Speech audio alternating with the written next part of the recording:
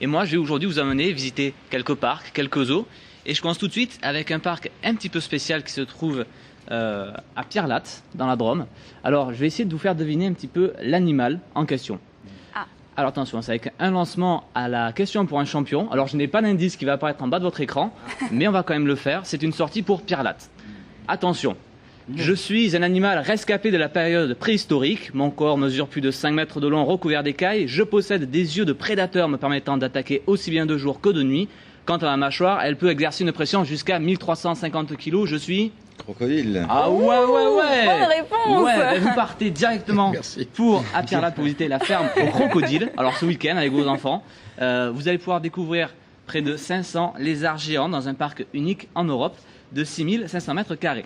Alors, ce parc, il a une particularité, alors on peut le voir à travers les photos, c'est que les crocodiles sont en totale liberté dans des énormes bassins, et vous êtes suspendu à 2 ou 3 mètres au-dessus d'eux, sur des passerelles, et vous vous baladez à travers des frangipaniers, des bananiers, il y a même des plantes carnivores, et c'est très sympa. Une initiation dans un parcours dans les arbres, c'est-à-dire faire comme Tarzan, des acrobaties, avec tyrolienne, parcours du singe, pont de singe plutôt, parcours du singe aussi, ça le fait. Et les enfants se régalent, donc vous avez 90 jeux à faire dans les arbres, à différentes hauteurs. Donc c'est-à-dire qu'on commence... 90, mais c'est énorme. 90 jeux différents, sur 4 parcours différents également. Alors on commence à 2 mètres du sol, hein, évidemment.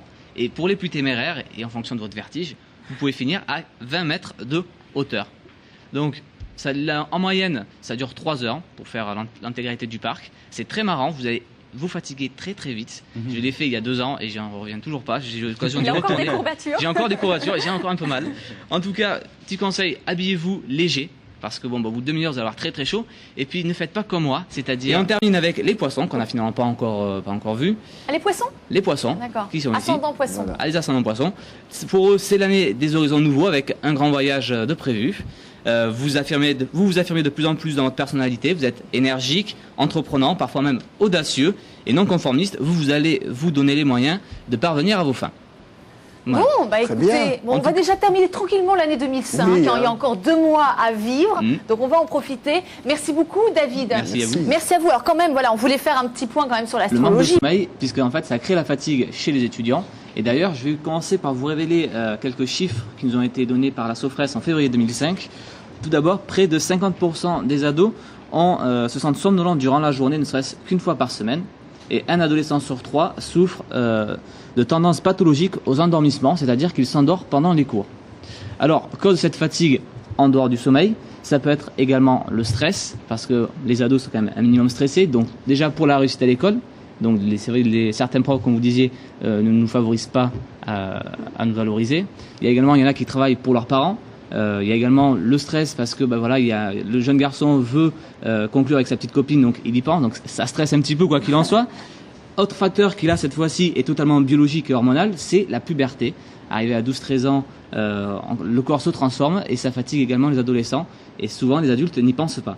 Mais c'est vrai que la cause première dans tout ça, c'est le sommeil, c'est une très mauvaise hygiène de vie puisque les adolescents se couchent en moyenne à 11h30, ce qui leur fait seulement 7h30 de sommeil par... C'est pas bon donc... Ce n'est pas bon parce qu'il faut qu'ils dorment 9h en fait. 9h 9h par soir.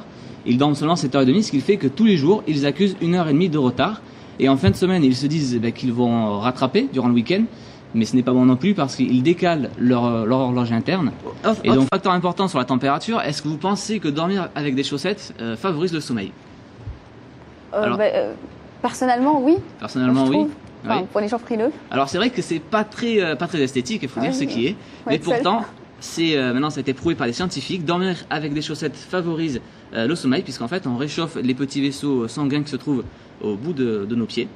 Et donc on s'endort beaucoup plus facilement, beaucoup mieux. Alors c'est vrai, je le reconnais, c'est pas du tout esthétique. Mais bon, c'est comme ça. Alors on va réhabiliter la chaussette dans le lit. Et puis moi j'en connais même qui dorment avec des bonnets la nuit en plein hiver.